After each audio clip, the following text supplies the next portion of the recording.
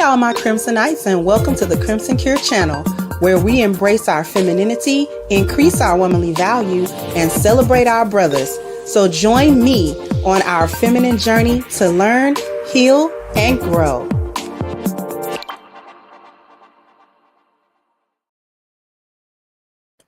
Hey, how's everybody doing today?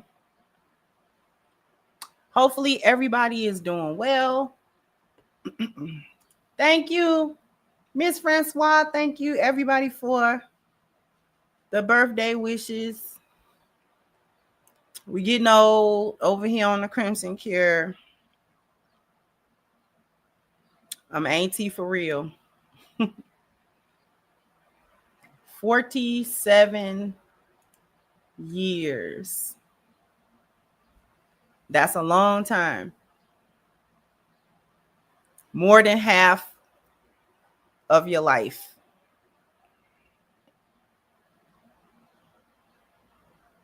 And it the older that you get, the more your birthday become a point of reflection more than it is a time to party. I've never been the type of person to party for my birthday. I've never been a real big birthday celebration person, and you know how people put on a big production for it. I never did it. And that's okay. It's always a day to reflect, because as you get older, you don't gain time, you lose it.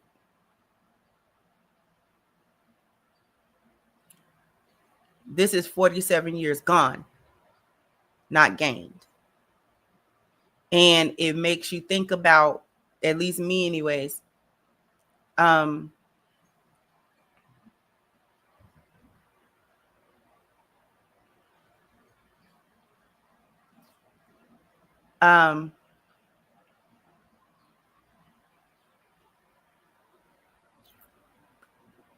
it makes me think about where I am in my life. Am I where I wanted to be in life from every aspect? Spiritually, where I wanted to be, health-wise, where did I want to be? Family, where did I want to be? Appearance, where do I want to be? All of these things, where do I want to be? And admittedly, I can stand a lot of improvement on all of those things. Spiritually, I can be improved. There's always a deeper obedience to be had towards Allah. There's more devotion that can be had. There's more worship that can be done. There is more checking of the intention, whether or not you're doing things truly to please Allah or not. Are you doing them for your own personal accolades or things of that nature, just to make sure that you're doing what you're supposed to be doing for the right reasons?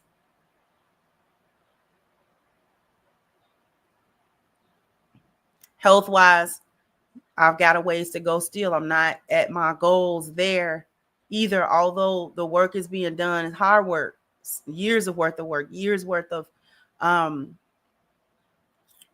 weight loss journey, and discipline with your eating, and discipline with working out, and not giving up, even though there was a lot of weight to lose. And as the weight was shed, so were the traumas that were attached to the weight. That's how I know weight gain to that magnitude is always something deeper on a spiritual level. It was just why spiritual and health is tied together, right? 5 or 10 pounds overweight, 15 pounds overweight, that's probably not a deep issue. Hundreds of pounds overweight is a deep issue.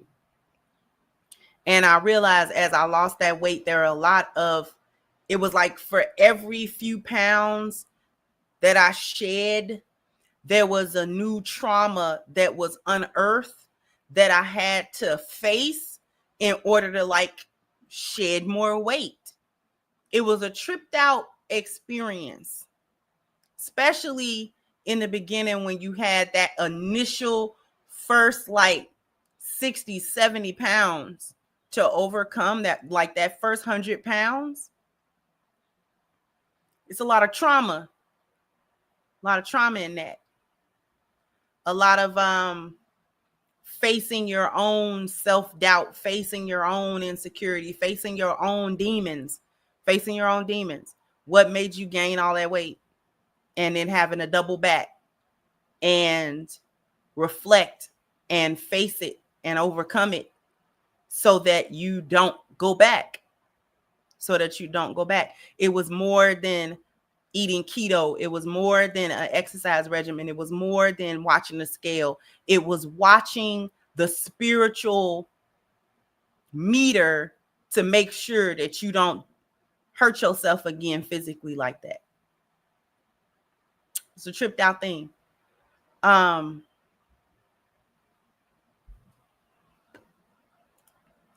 Thank you, Theo, for the contribution. I appreciate everybody so much. Y'all don't know. I know I'm spending these first few minutes in a little bit of reflection. We're gonna get to the topic. I swear I'm not gonna bore y'all with it. Thank you, but thank you so much, Theo.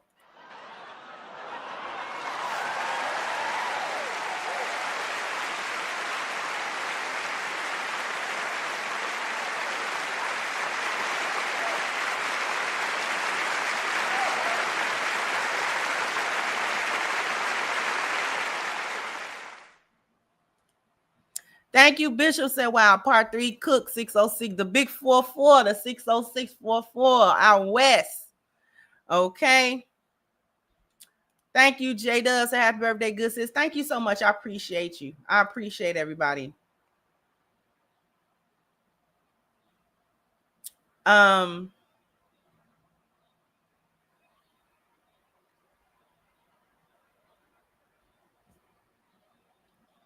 So, losing all of that weight, and you really have to watch your mental state, your spiritual state, to make sure that it don't reflect in your physical health like that, and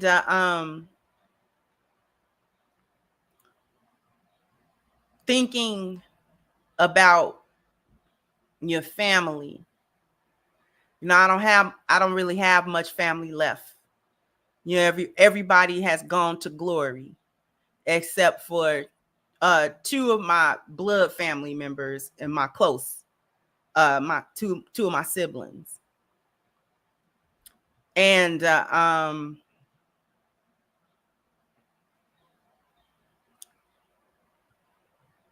that still has like its days, you don't boo-hoo cry, what I'm saying, every time that you think about it or whatever, but on important events that happen, it's like you think about them because they're not there to share those times, and you can't tell it to them, No, I don't have biological children. But my sister's still here, raised her, and my older brother. And then you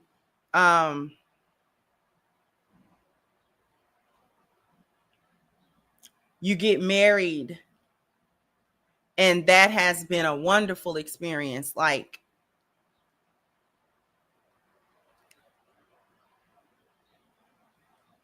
it's interesting to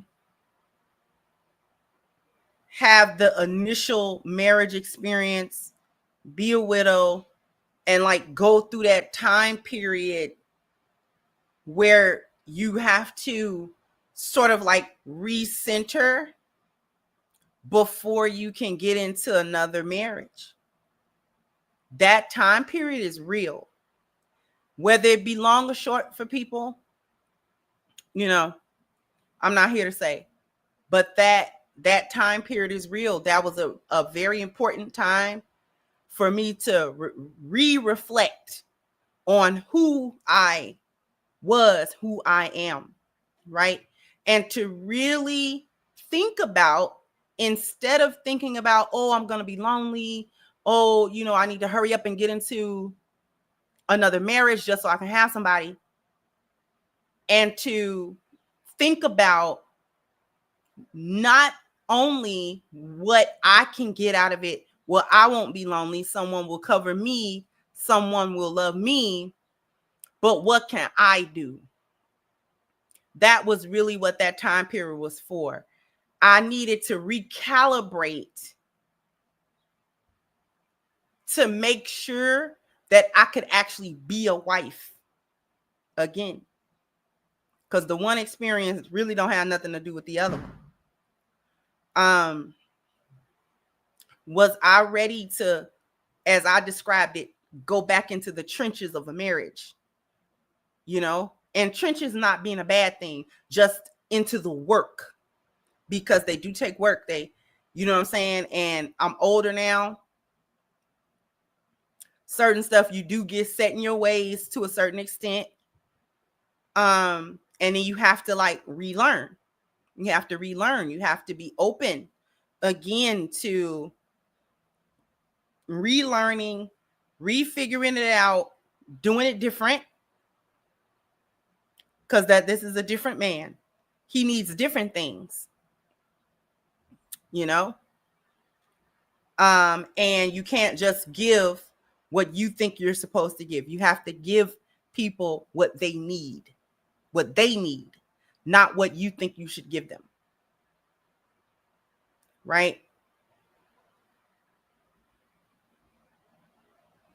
So that has been a relearning, but it's been a fun relearning.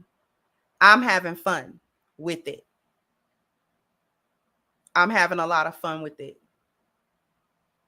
And I think the reason that I'm having a lot of fun with it is because of the husband that I have. He's a very fiery person, super high energy person, but he's a fair person. He's also a very fair person. He is fiery, yet he has some balance to what he does and how he approaches things. He's not so super strict that you can't do anything with it, and he's not so lax where it's like, where's the structure? He has a structure. He's in charge of things, and he does so. He almost make it look easy, which I know it can't possibly be as easy as he makes it look, but he makes it look easy to do what he does. And every day I try to tell him how much I appreciate him, how much I appreciate how he approaches me specifically, how he approaches our marriage, how he structures it. And I just, this has to be the healthiest, both in terms of how the relationship itself is going and the emotional and mental place I am personally am in my life, has to be the healthiest and therefore happiest relationship I've ever been in. Has to be. Because I told him when we first got married, I told him, you're not getting the young version of me, but you are getting the best version of me. You're getting the best version of me that I have ever been. I've never been a better version of me. And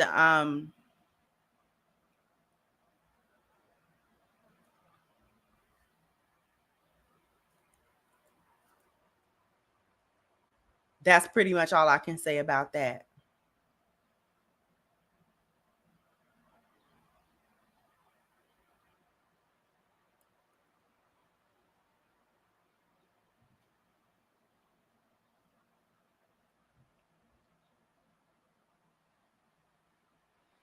So, birthdays always make me, especially ever since I hit like 40, birthdays have been more reflective, more time of reflection than anything. Not a sad reflection, just, you got to take inventory of where you are. Where are you in life? Are you in a good space, a bad space? Why are you there? Why are you not there?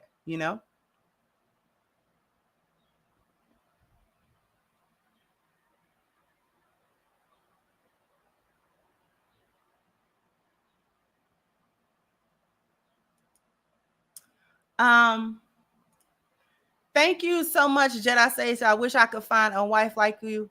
Ask Allah. Allah, everything is in the treasures of Allah. And if that's what you want and that's what you prepare for, He give it to you. Thank you, Tech and Pet. Say, hey, Crimson, off talk, but are Muslim women allowed to marry non-Muslim men? No, we are not. No, we are not. We are not allowed. I can expound on that, but we are not allowed to marry men who are not Muslim, because your husband is also your spiritual leader. And if he's not leading me towards Allah, then he's leading me away from Allah. That's kind of the long and short of it, even if he don't intend to do that. Thank you, Wayne. Say happy birthday, Crimson. 47 is young. I turned 55 on Tuesday on the 10th. This contribution is much, but I pray that it helps. Everything helps. And thank you so much, Wayne. I appreciate you. This is the big twin season, y'all. Big twin season. Big twin season.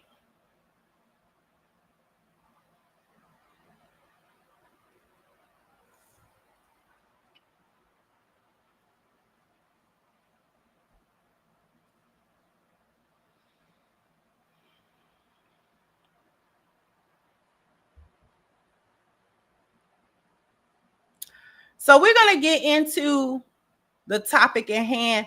And I have to say, this topic, it's sad. I talk about it.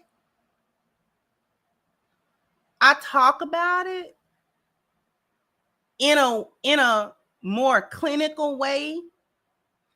But this winter stuff, this winter is here, winter's coming stuff, this stuff is sad.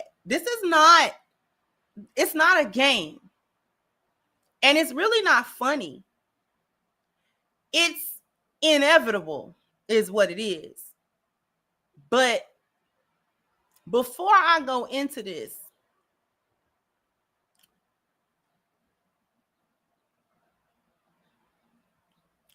although I recognize that what we're seeing now, oh, happy birthday, Truth Seekers. I didn't know you was a big twin. Okay.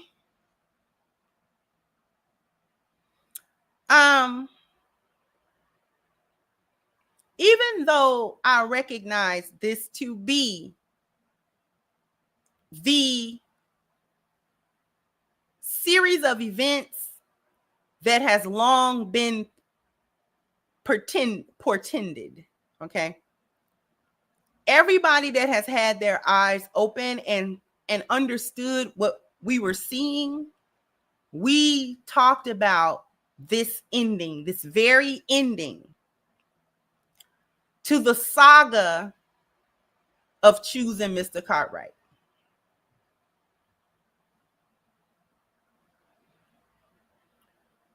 Understood that the boneyard was doomed,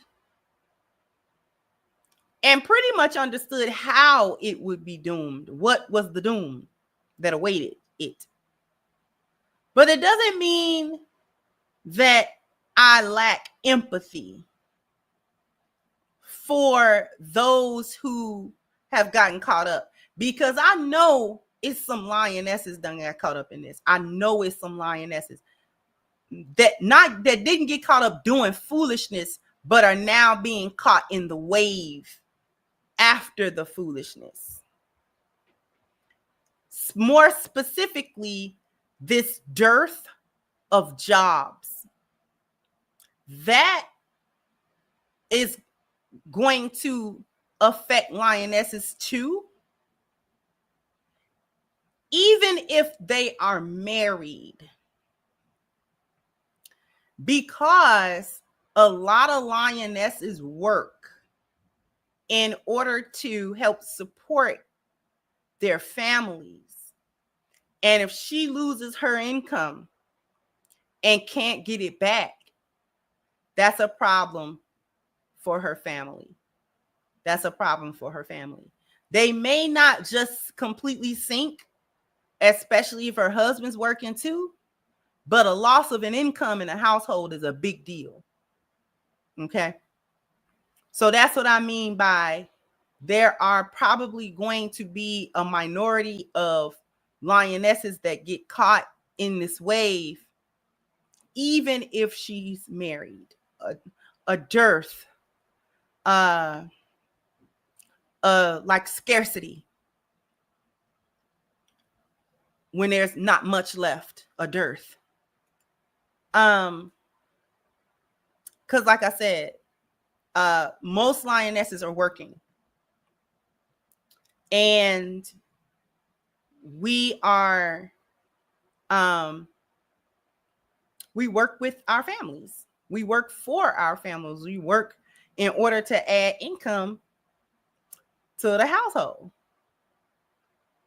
And regardless of the fact that she's a lioness, she's viewed by the world as a Black woman, and therefore she's getting caught up as well. Okay.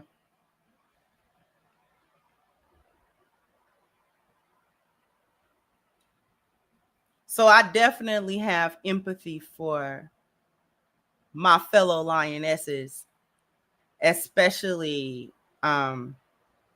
who's doing the right thing and still going to get caught in the aftermath of what is happening. Because what we can't do is act like every married couple is in a position not to struggle. There are good marriages and good people, but they are poor. They are the working poor. And he relies on her income just as much as she relies on his. Do y'all understand what I mean? And also not to even front.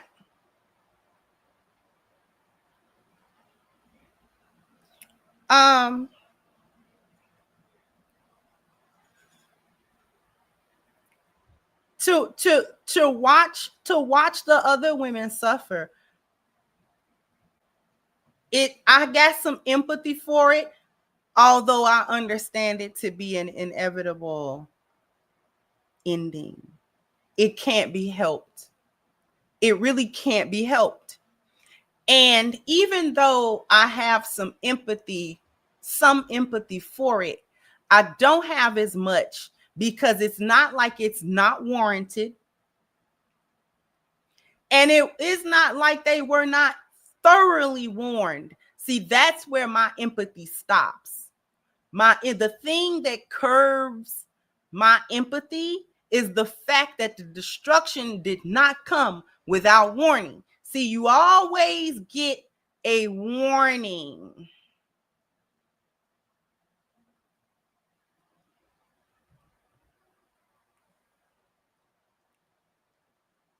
You always get a warning before the destruction occurs. And the collective of Black women have been warned for years, decades it has been going on. See, the warning at first was like general, like Black people. Within probably the last 5 to 8 years, it has been more pointed towards Black women. Black women, y'all gotta stop. You gotta, all of this foolishness, you can't keep going. It is a destruction. It is not going to end well for you, and you will be the main one suffering. Black people are gonna suffer from it in general, but you're gonna feel the bigger brunt of what's happening. And sure enough,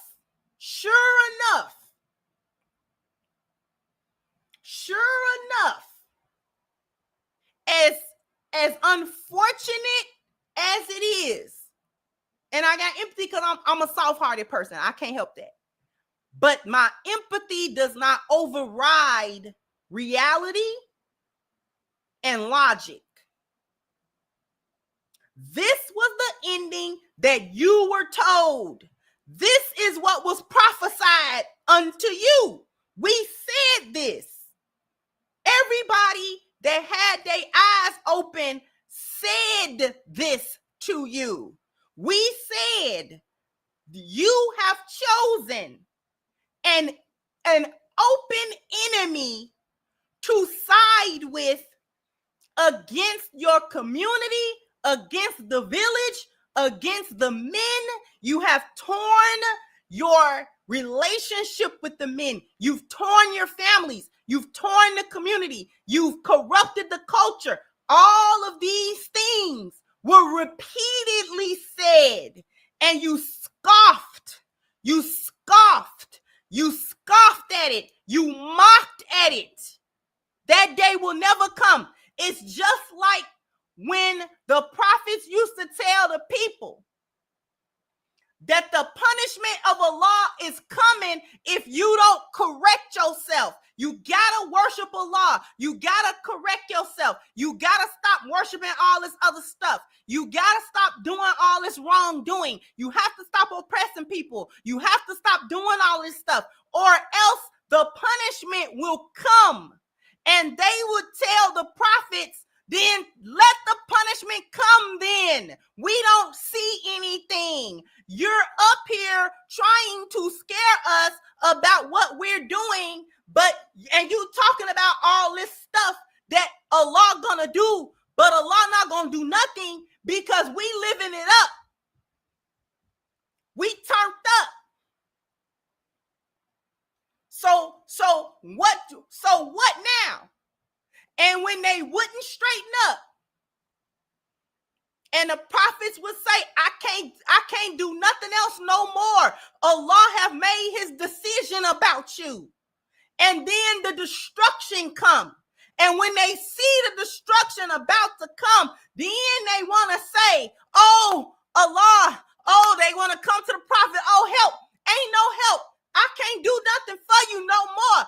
I tried to tell you. How long have I been trying to tell you? I've been shouting it. I've been whispering it. I wrote it down. I sent it on a pigeon. Y'all laughed at it. You told me I was lying. Told me, if I'm telling the truth, tell your God to show up. And, you had a lot of hee-haw and kiki and tt, and you had a lot of that. Now the destruction. Now it's serious, but it ain't nothing to be done. Once Allah make his decision, then the decision is made. Nothing can rescind it. Nothing can stop it. Nothing can stop it. And the prophets still had empathy, but they could not act. The time of the action was gone. No more saving, no more intercession, no more begging Allah, no more asking, no more. That time is now. That time is actually now. And it might have been less dramatic than the stories that we read in the Bible and in the Quran. It may be less dramatic than that. But it is not less than that. That's actually what's happening. The decision is made now. And whatever decision Allah have got, that's what it is. And nobody has the power to change it. Allah say he always send the warners. He always send the warners. And I'm not no prophet of Allah, and nobody else is. But that doesn't mean that Allah didn't send so many people with that specific warning. That specific warning.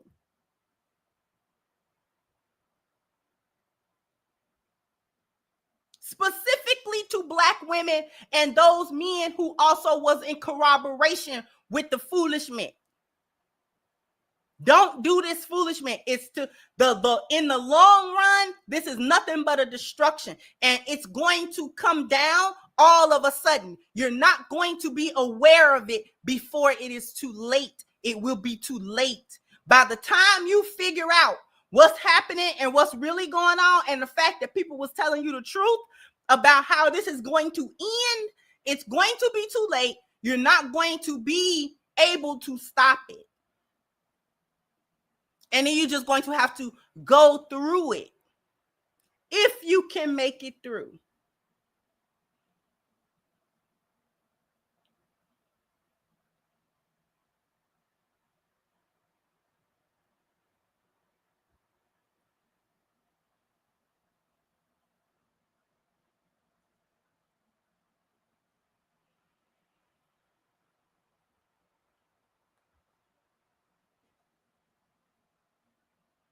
So what we're going to do is we're going to go to a commercial break, and then we're going to, there's a video that I want to share that really illustrates what I am talking about.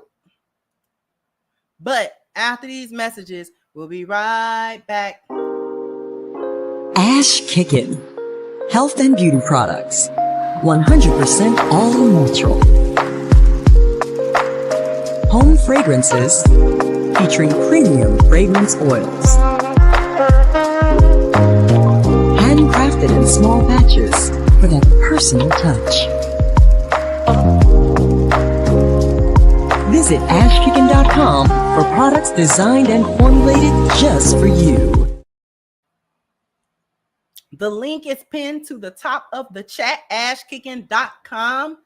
And please don't forget to take advantage of the 10% discount using the promo code Crimson at checkout. Okay, so once again, that link is ashkickin.com and it is pinned to the top of the chat.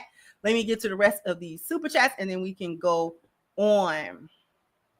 Thank you, boys. A great teaching and happy birthday. Thank you so much. I appreciate you.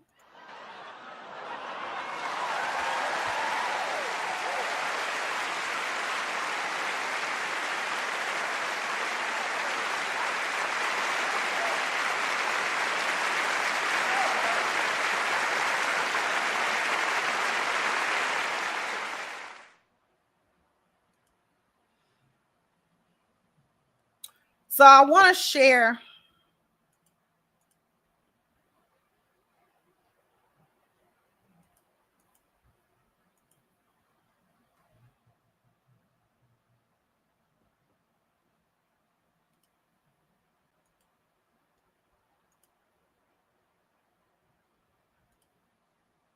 May 8th, 2025, 106,000 Black women lost their jobs, including me. And those of us that's been out here trying to find work again, it's basically just been non-existent. And I'm starting to feel like this is by design. Because there are over 100,000 women, Black women like me, who have the same story, who has applied for over 300 plus jobs and just not getting it, not getting any replies. There's just no feedback. Or you get the emails that says, hey, we have chosen someone else that has been more qualified for the job. Even though my experience and my education fits the job description perfectly. and I don't know what I'm going to do. This is the first time in a long time that I am actually starting to panic. I came from nothing. I came from the bottom of the barrel, and I spent years building myself, educating myself, paying my way through college, going through a lot of experience to get to where I was in my career, for it just to be snatched away. And I don't know what I'm going to do. I am facing homelessness. I'm about to lose my car.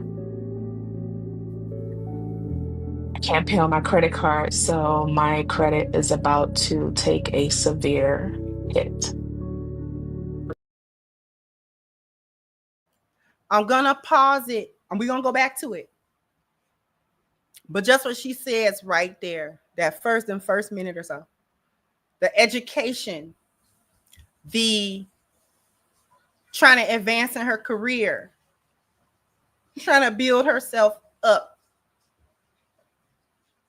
Now facing potential homelessness, not because she doesn't want to work. See, that's the kind of part that kind of give me a little empathy, because aside from hyena, this and that, if you in a country like America and you want to work, there should be work for you. It's really inexcusable not to have some type of livable wage for a person who's willing to work. It's different when you don't want to work. You get what you get at that point. You don't work, you don't eat. But if you want to work, looking for work, trying to get out there, trying to make you some money, trying to make sure that you're not in a position of homelessness and begging people and stuff like that, they want to claim that this is the land of opportunity and this and that, but there are no opportunities. So I'm divorcing, and in this moment, for the sake of what I'm saying, I'm divorcing the whole black women had it coming and da-da-da-da-da. We get that part. But to separate it out from that, it's a shame that a person who's law abiding, who did everything, quote unquote, the right way, go to school, get you work, don't lean on the government, don't be a welfare queen, don't, you know what I'm saying, be begging and stuff like that and putting yourself out there, don't be, doing all kind of illicit things to get money. Go out there, get a regular 9 to 5, work, do this and do that, and you can't do that. So a person that wants to work, it should not take them more than 6 months maximum to find a job, especially if they qualified to do something. If it takes more than 6 months for a person that's diligently looking for work, that's a problem. That's problematic. That's problematic. I don't care who you are. That is problematic. And that's an issue in America. But we're going to go back and I'm going to let her finish talking. Dashing is not enough. It's just not enough money. There's so many people that are out here unemployed, just like me. There's a lot of us that are out there. And the little money that I did have in savings, I used that to help my daughter move here. And it just, as a mother, I'm panicking because she didn't ask for this. There's no way that I can ask my 20-something-year-old daughter to care for her able-bodied mother who cannot find a job. I am trying to keep myself sane by humor, trying to keep myself busy with various things. But there's only so much that you can keep up the mask before you start breaking. And let me speak to that. She said there's only so much humor and only so much to keep your head up. Because that ain't what you're supposed to be using. Keep your head up. Where's God? Where's God? We don't roll with him. We haven't needed him. We haven't needed him. Let us tell it. We've been doing fine without him. So it is now foreign. It's now a foreign concept to turn to the Most High and ask. Because see, the Malaikas is not accustomed to your voice because you don't do that. You don't turn to Allah in good time. You don't turn to Allah and thank him when it was good. You don't turn to Allah and worship when it's so-called good for you, when you cool, when ain't nothing going on, when you got enough money, when you got enough D coming through, when you can pay your rent, when you can pay your car note. You don't need him. So you don't never turn to him. Now it's to a point where you need him, and it is foreign. It is foreign to call on the help from the only one that's got the help. See, Allah got a job in his treasures. Everything is in the treasures of Allah. Don't let me do it now. Everything is in the treasures of Allah. Jobs, husbands, wives, homes, cars, sanity, your mental health, everything is in the treasure of Allah. Everything. There's nothing that you want that's not in the treasures of Allah. Nothing. I don't care how big, I don't care how small. You can want a shoestring, that's in the treasures of Allah. You can want a mansion, that's in the treasures of Allah. It's over there. It's in there. But if you are foreign to the concept of worshiping Allah, obedience to Allah, calling on Allah, thanking Allah, when you foreign to that, you foreign to it. Hard to do it in hard times. Hard to do that. But as they say, ain't no atheist in a foxhole. Ain't no atheist in a foxhole.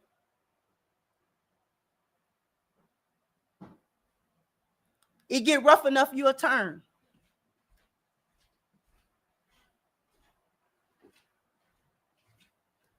Because to be honest with you, that's your salvation anyway.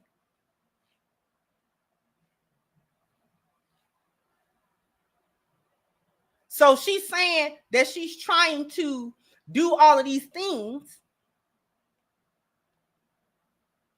to keep up the mask. Why is it a mask? Why is it a mask? It shouldn't be a mask.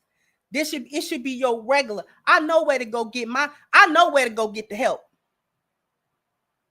I know where to go get it. I know where it's at. It's not in my skill set. I'm not able to feed myself. I'm not able to house myself.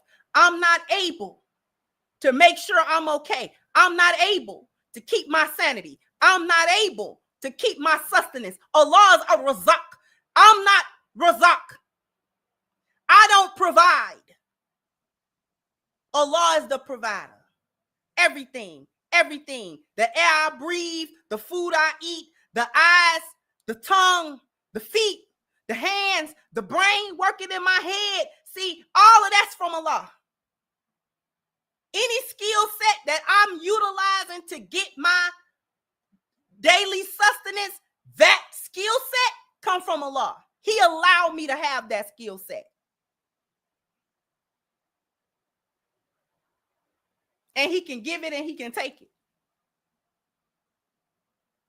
And if he give it, there's nothing for me to do but thank him for it. If he take it, there's nothing for me to do but thank him for it and ask for it. Because I'm not in control of none of that. I'm not in control of none of that.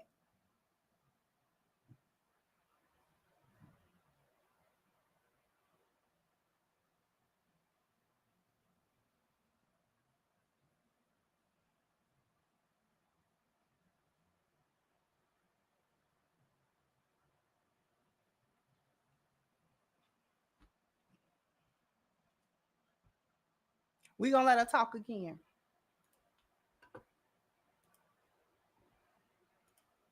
And when you have come out of a situation that you don't want to go back to, it puts you in a mental state, because I don't want to go back to homelessness. I don't want to go back to um I just don't want to go back to that. But and I thought I've done everything I could to prevent that from happening again. I've lived on the streets before. I slept in parks before. I've walked the streets for hours when I used to be homeless. And that's why I worked so hard to put myself in a position to not go there again. I even got rejected I applied to be a cashier, a cook at a McDonald's. And the manager told me that I should be ashamed of applying for that position, because I would be taking that job from other people who doesn't have the experience as I do. I don't give a damn what kind of job it is. I'm just trying to work to keep my head afloat and to keep myself off the street. I have nobody. It's just me. And I had to prepare my daughter for what I see coming. And as long as she's okay, I don't care about preparing your daughter. And what did that look like for her? I can tell you what most likely it did not include. Preparing her daughter for the storm that she now sees. Now that the clouds have gathered and it has become dark in the daytime. You understand what I'm saying?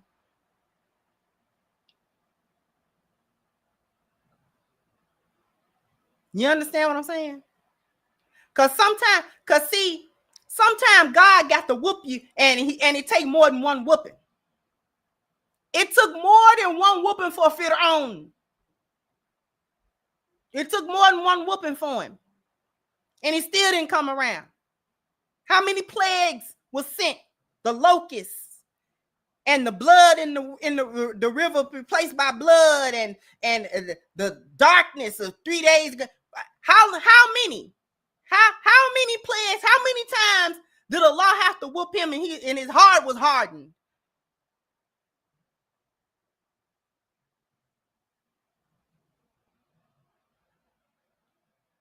So now she see the whooping.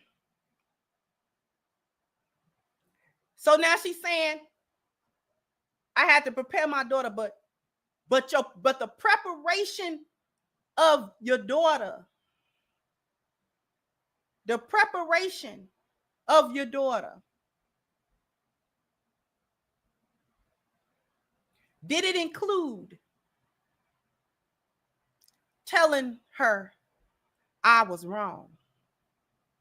The way that I went about trying to make sure that my life and your life as I was raising you was a certain way actually was incorrect. I did not prioritize the orders of Allah. I did not prioritize.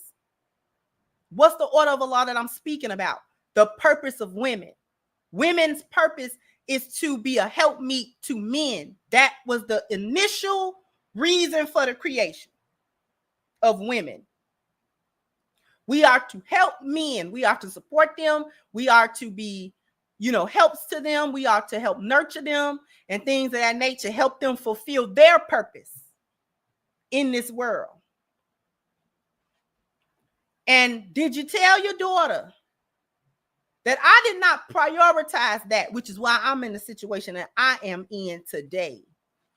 So what you do is you don't do what I do. You do opposite of what I did. You go get you a husband. You can have your job. You can have your little money. I ain't telling you don't do that. Go get your husband. Prioritize your husband. See, too many Black women didn't know how to prioritize it. No, they wanted to go to extremes. When you mean don't have no job and ain't nobody said go to the extreme. Like I said in the beginning of this video, plenty of lionesses work and their income is important to their household. Please don't get it misconstrued that two averagely earning people, that both their income is not equally important to that house.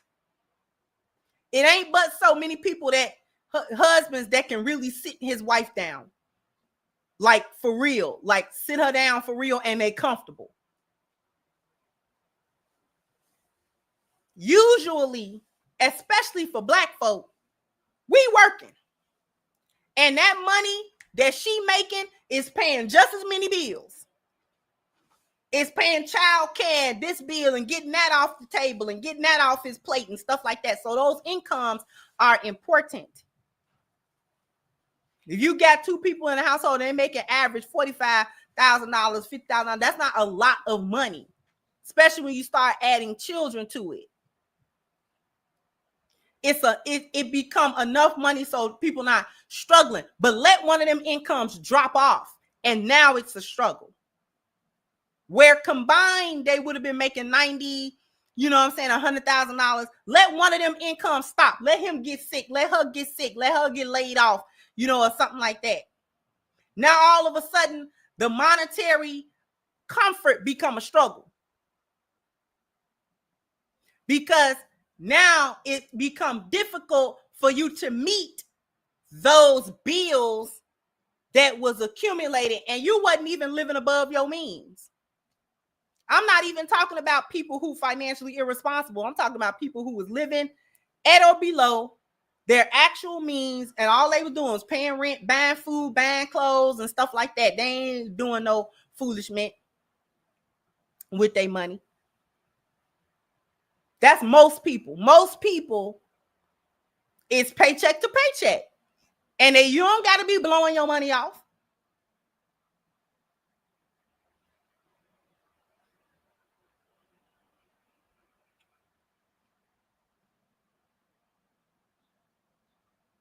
But did you tell your daughter you can have your job? You're most likely going to need it, whether you married or not. You can have whatever little education you went and got, this and that and the third. You are likely going to need that in this society, in this climate, whether you are married or not.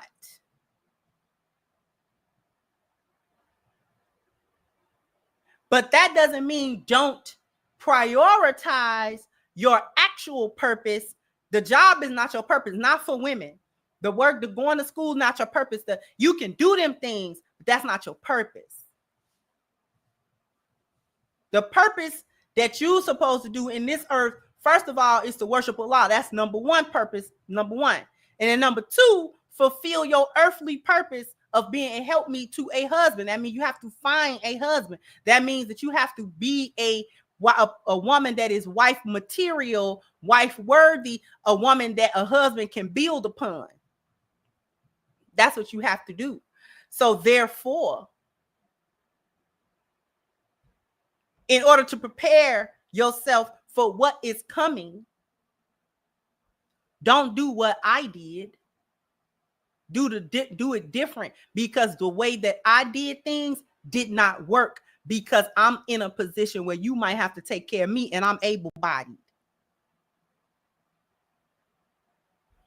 Or if I don't want to put that type of pressure on you, I'm just going to go somewhere and be homeless.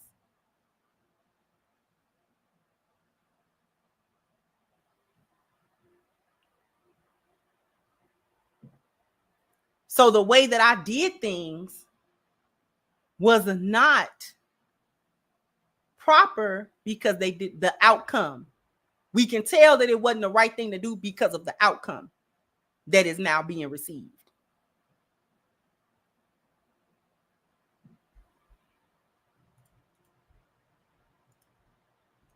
I do care about going back to the street. I don't want to go back to the street. But as long as she's okay, then I know I'll be okay. As long as she has a roof over her head. Actually, she said she did that. Fast food, this and that. And they told her that they wouldn't hire her because she's overqualified. And this is a job that a person that not as qualified as her can receive. See, that's the problem. It doesn't matter what, let me come back to you a little bit. It doesn't matter what the standard is. You see what I'm saying? They're not hiring nobody.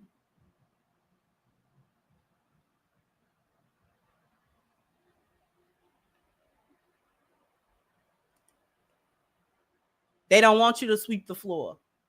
Even if you say, you know what, let me swallow it and I'll go sweep the floor. They don't want you to sweep no floor. No, you cannot sweep the floor. We don't want you to sweep the floor.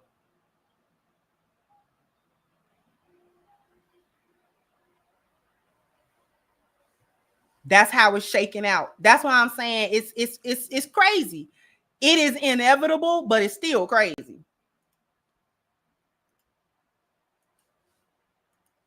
Even if I don't have, and I think it's by design because every single job that I have applied for, I can count on one hand of how many interviews that I've been to.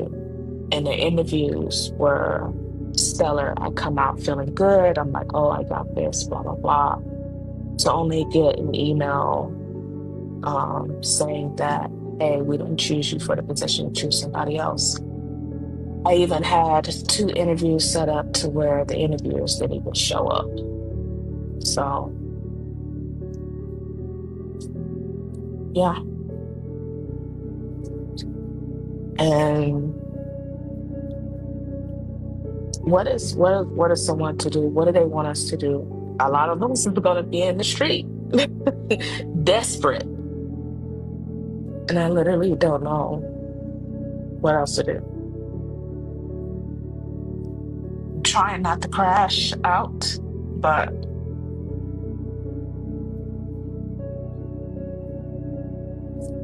it's so fucking hard. I haven't even been in my apartment for a good 2 months now.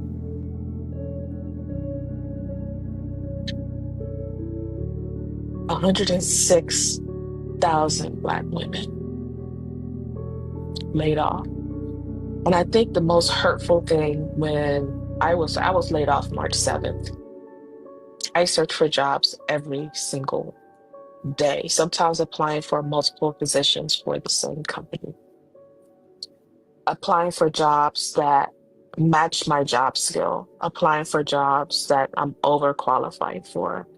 How can I tailor my resume for a job when my last 2 positions is an IT manager and an IT director?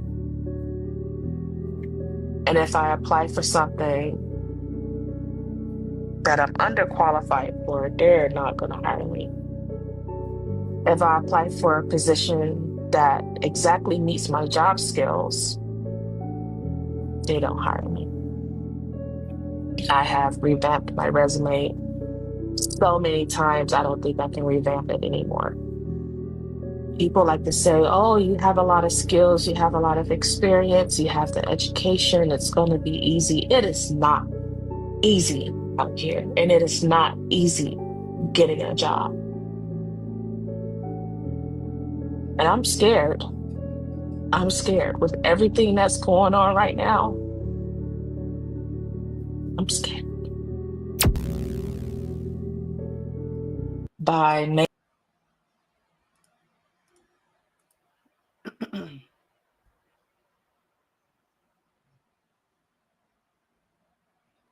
But that's the problem.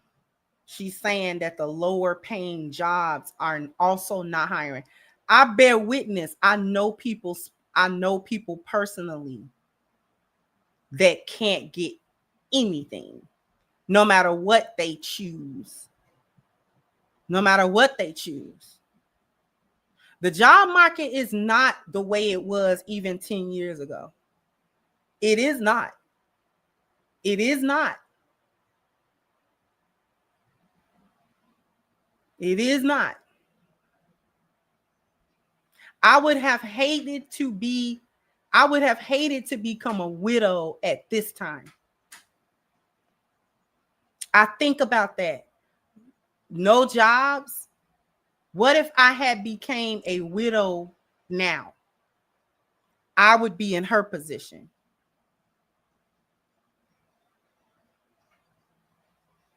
Maybe.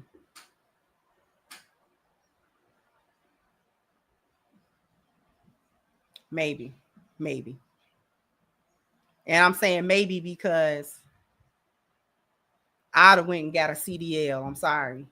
As much as I wouldn't have wanted to do that, as close as I would have come, I would have gone as close as or as far as I could have gone with manual labor, with me not being a man, and certain things that I wouldn't be able to do, like physically not able to do. But I would have went and got a CDL. I probably would have tried to go into like studying to be like an electrician or something like that. I'm gonna do more than stand out there with that flag. I can tell you that. Don't play with me. I will learn how to use that digger. I am the daughter of Robert Davis, and I know y'all don't know him, so y'all don't know what that means.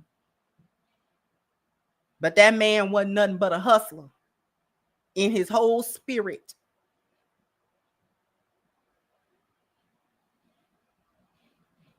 I'd have found somewhere. I'd have went into HVAC. Tell me about it. Tell me about it. Yeah, I'd have took some courses, some coding courses, IT courses. We gonna figure something out. We gonna figure something out. We gonna figure something out. Something.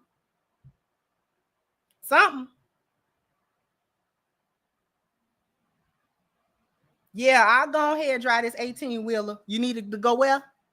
Okay. You needed to go. You need okay. Mm-hmm.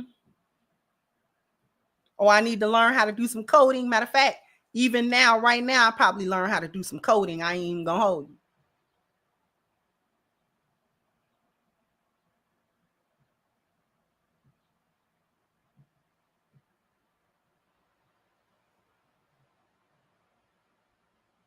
I'd have been a city bus driver. We gonna do dispatch on the. Listen, you better put on one of them suits and go empty you some garbages.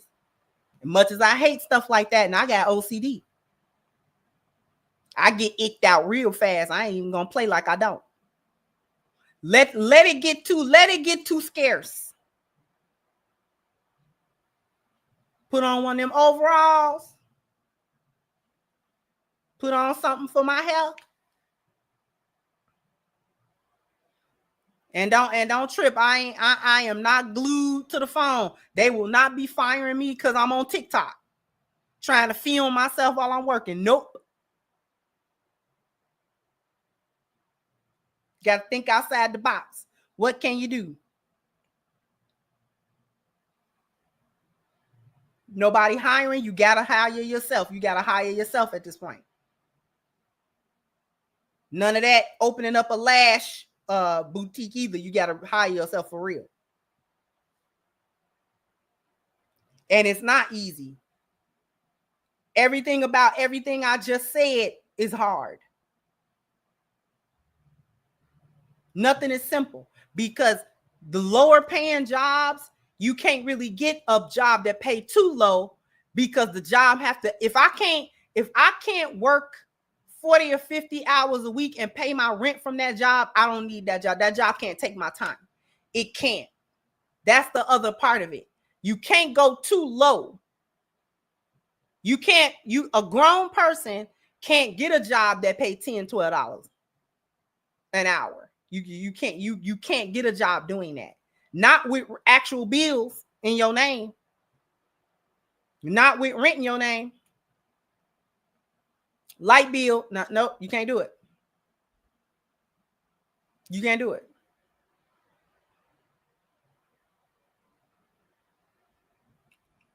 So I can't go get no job, pay me that. Because I can't even pay no rent after that.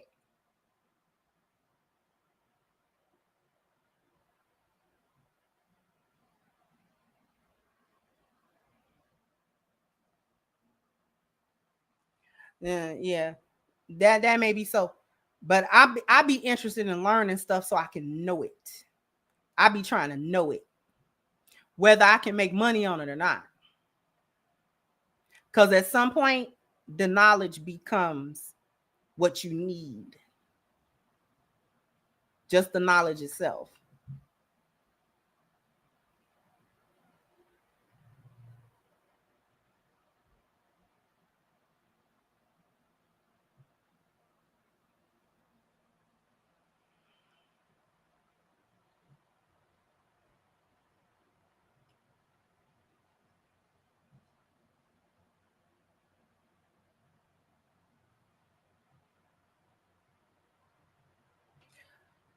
When you destroy the village, this is what it looks like when they leave you in the destruction that they told you to cause. They told you to burn the building down and that they would give you certain benefits. And in order to prove that they would give you those benefits, they started giving you some of them.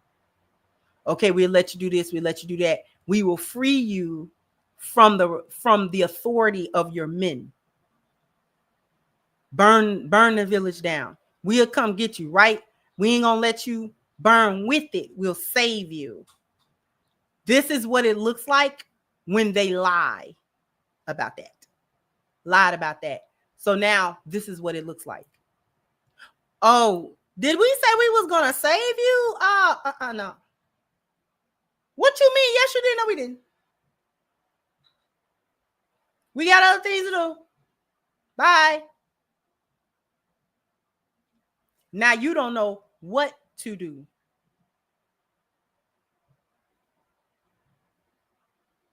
You don't know what to do because they left you.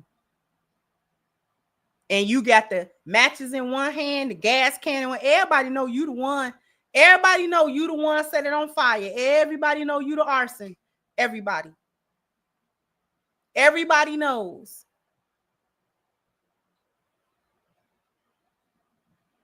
This is why I say I got some empathy, but it's capped. The empathy got a cap on it. It's got a heavy cap on it because how many times have we said that this is what it's going to be? They're going to break their toys when they're done. How many times did we say Mr. Cartwright breaks his toys when he's done playing with them? When they have served their purpose for him, he discards. He's the ultimate narcissist. You in discard. He ain't gonna never come back and get you, baby. You've been devalued and discarded, baby. He ain't coming back.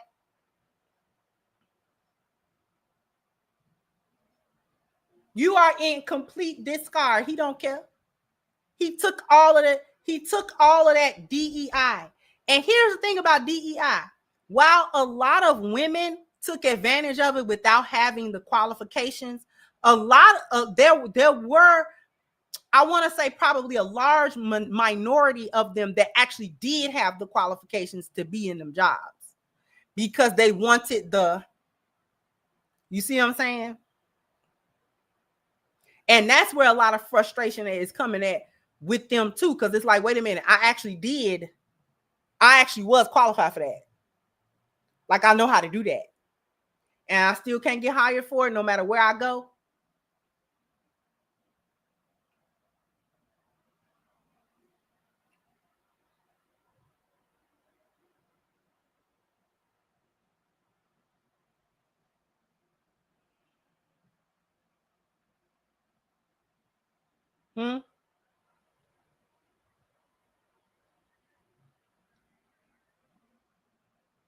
No, so no matter where I go, who I apply to, what I tell them, and what kind of background I had in this field and that field, you mean to tell me I can't get hired in that field? Here's the other part. They trained you and gave you an education in things that were not actual skill sets.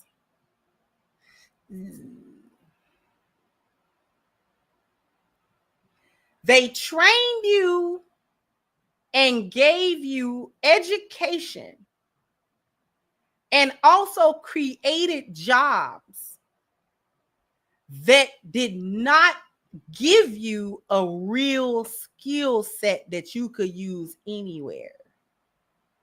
See, this is why men opted for the trades. And y'all want to say, oh, y'all don't come to college. That's because men saw the play early. We're men. First of all, we're men. And we don't have to sit behind a desk. Now, there are those of us who do want to sit behind a desk and do, you know what I'm saying, some type of STEM or something like that. And it ain't no shade to them brothers. But there are also men who, you know what, I'm going to learn this skill and that skill and this skill, and I can do this thing regardless of what the economy do. See, it's certain jobs, certain skills you can have that are recession proof.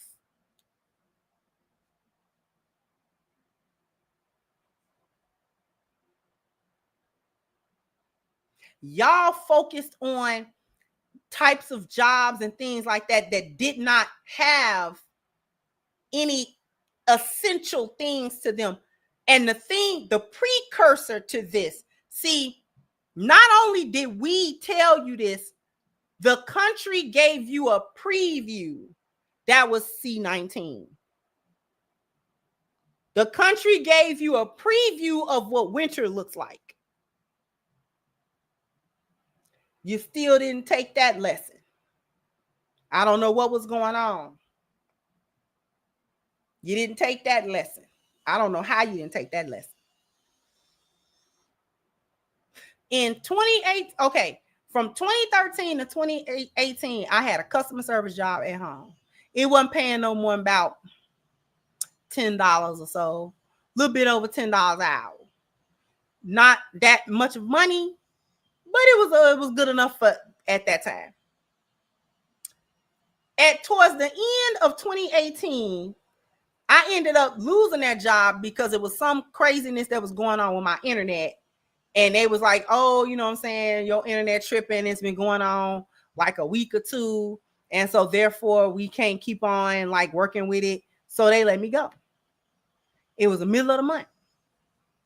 The middle of October of 2018. I am not going to forget it as long as Allah let me keep my memory. It was the middle of the month. I did not know what to do. The only work that I had been doing within the past 20 years was the job that I had just lost. So I didn't have a lot of job experience. I didn't have a lot of skill experience or any of that. And I'm worried because it's the middle of the month. Rent due next month. They don't. My husband already passed earlier that year. I ain't had nobody. I said, what am I going to do? I said, Allah, you got to help me. I said, I can drive, but I ain't have no car. Now, if you go to school, you can get you something, but I didn't have no money and I didn't have no time to wait for the long game of training for something, especially if that training was not going to pay me. Right? So I said, what can I do? Because I don't like asking folk for no money. And then I ain't really had nobody to ask no way too much.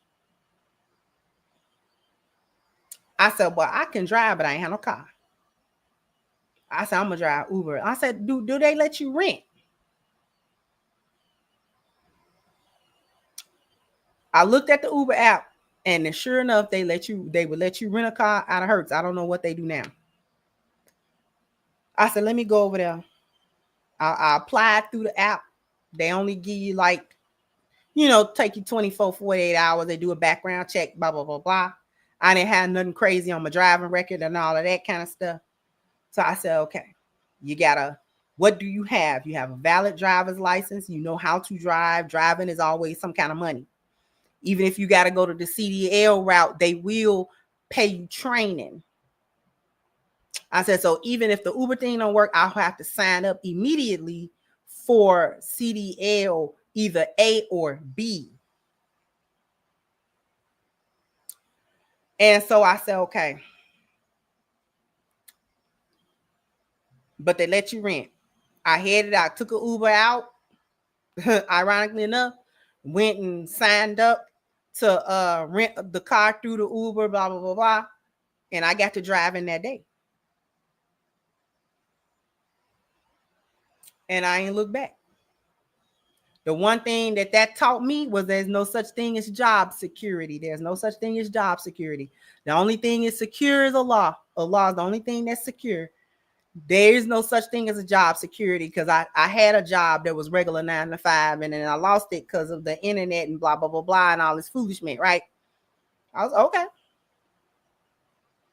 2020 hit. I made me some good money. Because you know what became essential workers? Uber drivers. Uber drivers. See, couldn't nobody fire me. And I like that. Okay? Long as you get on that app, you can drive. Uber don't care. The money you make is up to you. So I said, okay. Well, let me go ahead. Once that everything shut down, but that driving, baby, I was on it. I was up early. You understand me? Wake up, make your salat in the morning. Get yourself together, get yourself rain, sleet, or snow. It didn't matter. Matter of fact, I wanted it to rain and all that kind of stuff. You make more money like that. Put the clothes on, head on out of there. Summertime, wintertime, didn't matter. I was out there with the essential workers, and you know who else the essential workers was? Men doing the labor jobs and men jobs. Them was the only people that was allowed out, and they made everybody else shut it down. I wasn't shut down by the grace of Allah. I wasn't shut down, baby. I was riding, baby. I said, oh, okay.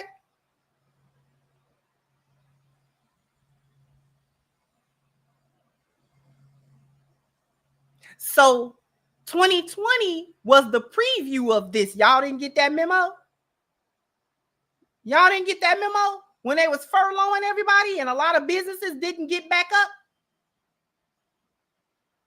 A lot of businesses did not recuperate from that. There's a lot of businesses went under and could not recuperate.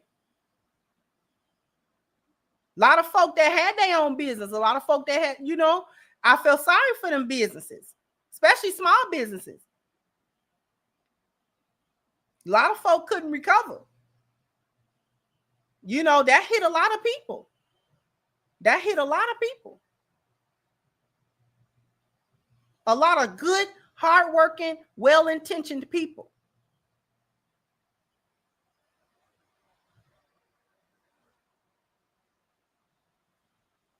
So I wasn't gloating when that was happening. I wasn't gloating. That was like I was skinning by the hair of my chinny chin chin, baby. I was like, oh Lord, please don't let this fold. I got to keep some kind of money in my pocket. Some kind of way to do it. It's a way to make some money somewhere. Y'all didn't get that memo? You thought it was over with because everything kind of came back a little bit and you was able to buy you some Shein dresses? Thought it was over with? Them supply chains is still suffering a little bit there. Right?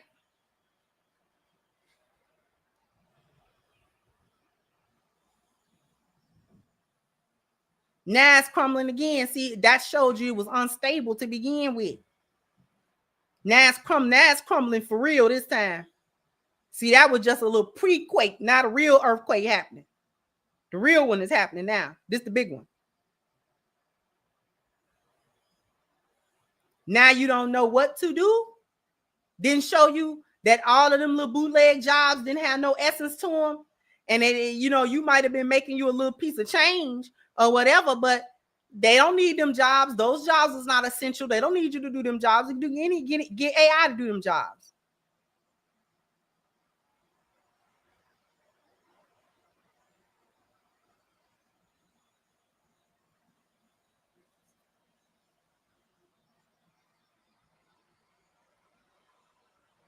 I don't know why y'all didn't get that memo.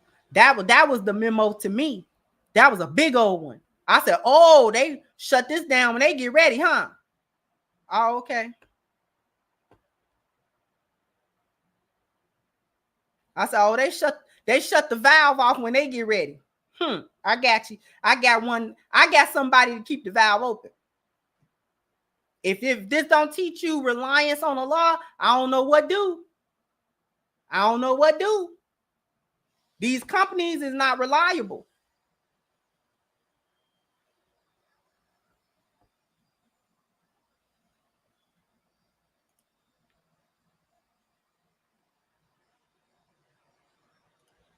Thank you, Frequency. Bastet said reformed hyena or recovering lioness, baby.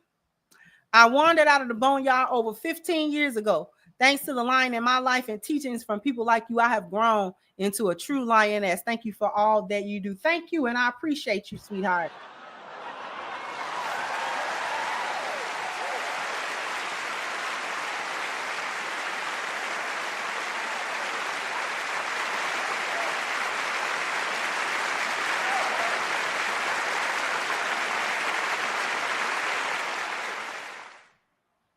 Thank you, Real Books. Say happy born day, good sister auntie.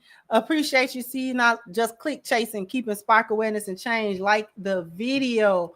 Thank you, BK to Don. Say happy birthday. Wishing you many more, but enjoy this one. Thank you so much. I appreciate you.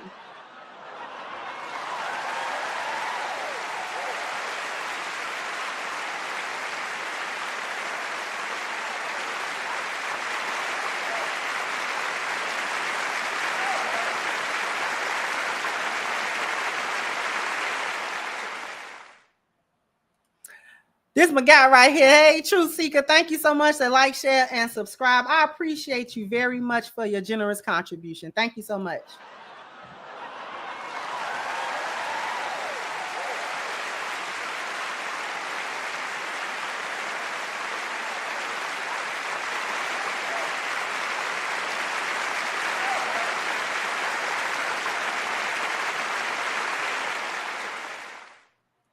Thank you, Hannibal. Say happy birthday, sister. May Allah bless you with wealth and health. And I'm glad he created you. Thank you so much. That's very sweet. Thank you, Coffee Boy. Hey, Coffee Boy. Say happy birthday, Chris. God bless you and all the wisdom you provide. Proud listener to your message for over a year now. It's just been a year. I thought it would be longer than that. It ain't been longer than that. It's been longer than that. Thank you so much.